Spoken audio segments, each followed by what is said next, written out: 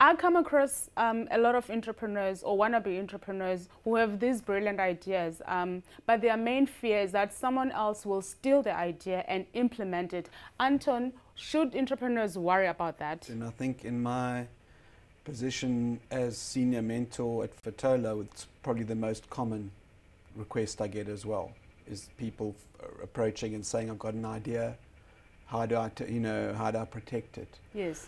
And I've got two schools of thought on that essentially. The first one is, if your idea is that easy to copy, it probably isn't as original as you think it might be, number one. And number two, bearing in mind that usually, particularly on a product basis, I can change a color or an item, a tiny little element of the product, and then I can skirt any copyright infringements or trademark infringements just by doing that. So yes, I suppose my overall feeling on that is usually we overplay that hand. We get very worried, we get very concerned that someone's going to come and steal our great idea from under us. And the truth is that ideas are a dime a dozen. It's whether you can implement them effectively that actually makes the difference between success and failure. So you'll find that there's been thousands of entrepreneurs in years gone by who've had incredible ideas, and they weren't able to turn those ideas into a viable product or service. yes, Someone else came along, improved on it, and they're raking in all the cash. So the short answer would be, don't obsess about protecting your IP, rather focus on building a brand, building a concept that's strong, that's viable, that's workable. And when it looks like the proof of concept is viable, yes, then you look at protection potentially.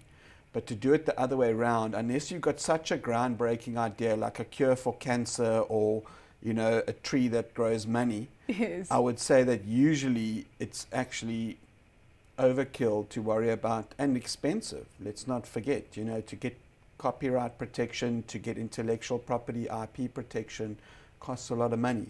It normally isn't just registered in one country, it'll be registered nationally as well as internationally. And do you really want to go down that road? Again, unless your idea is so revolutionary yeah, that protecting it is a viable strategy for the future. this idea of protecting your IP is it beyond just registering it at CIPRA, for example, which is why it requires a lot of money, and you don't need to go through that route unless your idea is really that groundbreaking. Correct. I mean, To break it down for people who may not know. Well, to truly protect a business concept or business idea requires proper legal support. You would need to lodge that product, you would need to protect the name, you'd need to protect the concept, you'd need to protect the outcomes that the product delivers.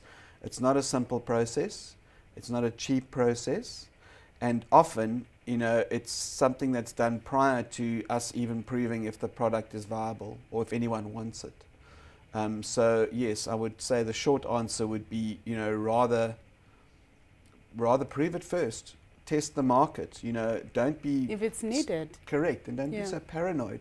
If I look at my example, I was one of the founders of a business that made wire art and beadwork and grew to a very large scale by formalizing that industry. But the reality is that we had a competitor on every street corner. Yes. And the moment that we launched a new product, within 3 days or 4 days, it was being knocked off and being sold at flea markets.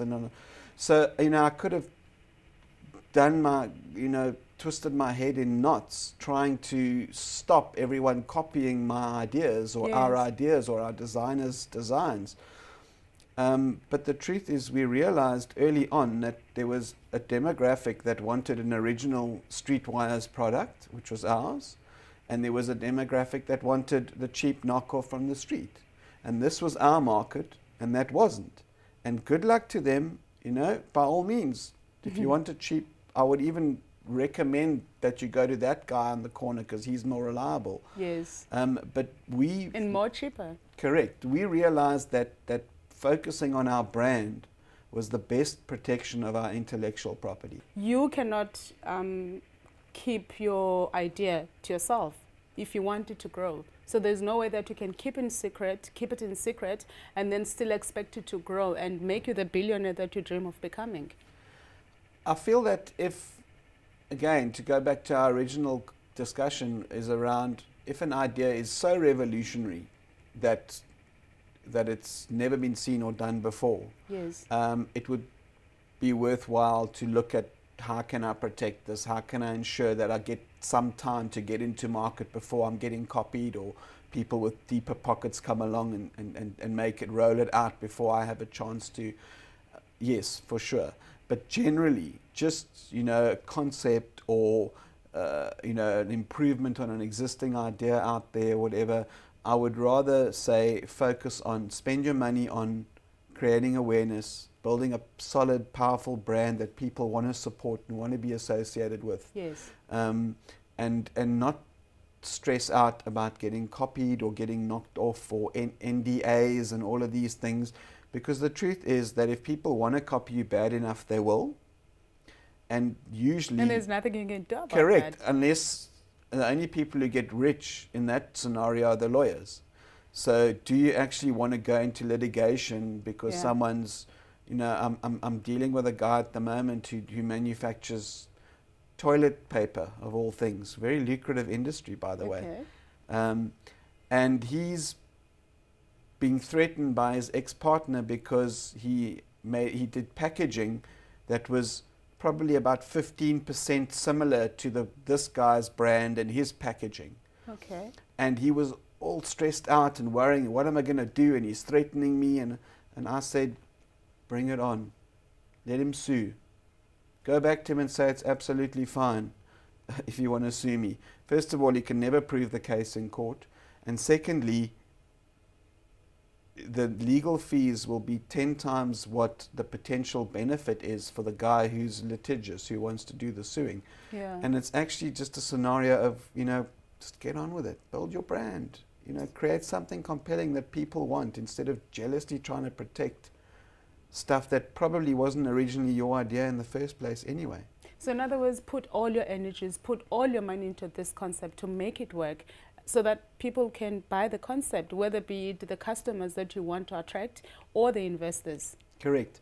I think for me, the brand that you create is always your best insurance against copying, against cheap knockoffs, against others trying to steal your thunder. You build a brand that's compelling, and you think about brands that have been around forever and a day, Ferrari, etc., these luxury brands, these long-term brands. Yes. They have 1,000,001 competitors out there, but they still stand at the top of the herd because they're conscious that if I create something compelling that my customers value, that's the very best security and sustainable strategy that I can develop. And they'll keep coming back for it. Of course they will.